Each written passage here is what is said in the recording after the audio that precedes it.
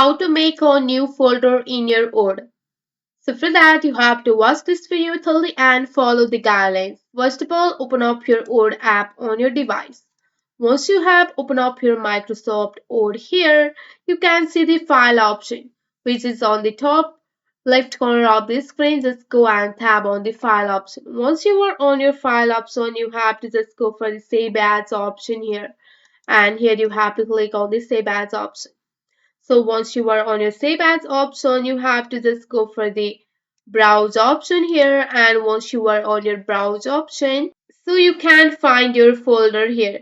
You can find your picture, desktop, document, or other folder here on your PC. You can see that. After that, you have to just go and right click on that here and just go for the new option. You have to select the one of the folder here just and tab on the new option.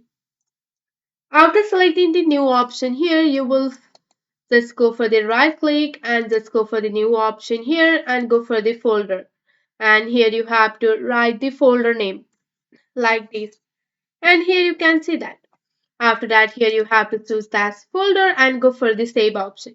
So that's it, how you can do that.